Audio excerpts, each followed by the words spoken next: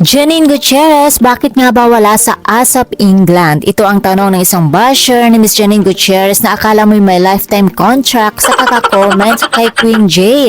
Actually, hindi ko sana siya papansinin dahil hindi naman totoo mga sinasabi niya pero sige na nga, pagbigyan natin para may pag-usapan tayo today.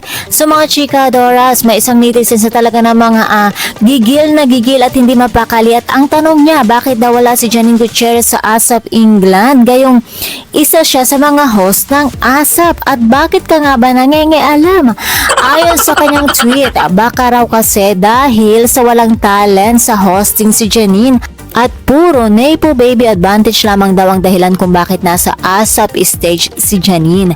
Aba, parang thesis defense lang kung maka-analyze si Basher, nakakaloka. Ayon pa sa kanya, pilit daw ang acting at hosting ni Janine. At ang kaya lamang daw niyang gawin ng natural ay ang mag-flirt. Ay feeling ko parang may hugot itong bashers na ito naagawan siguro ito ng crush. Kaya puro nega ang kanyang vibes. Pero mga chikadoras, alam naman nating lahat na hindi basta-basta ang isang Janine Gutierrez. At kung talent ang pag-uusapan, hindi na kailangan patunayan ni Janine yan. Award-winning actress yan, hindi lang sa acting kundi pati sa fashion at pagiging classy sa kahit anong events. I-winner si Janine. At kung sa hosting naman, abay may ibubuga din siya. Kung hindi man ito ma-appreciate ng basher, abay problema mo na yan.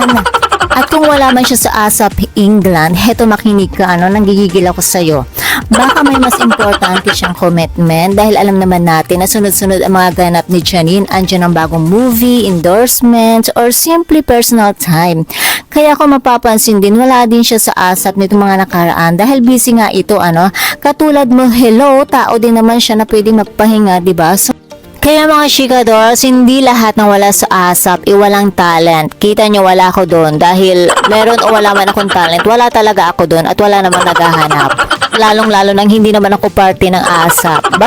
But sometimes, absence means bigger opportunities. After all, happy, contented, at super in love si Miss Janine Gutierrez. Kaya mga chikadoras, let's continue to support Miss Janine. At sa lahat ng mga bashers niya na mga walang magawa sa buhay, let's spread love, not hate. Madali lang naman gawin yun at kung nahihirapan ka, rest well na lang, charot.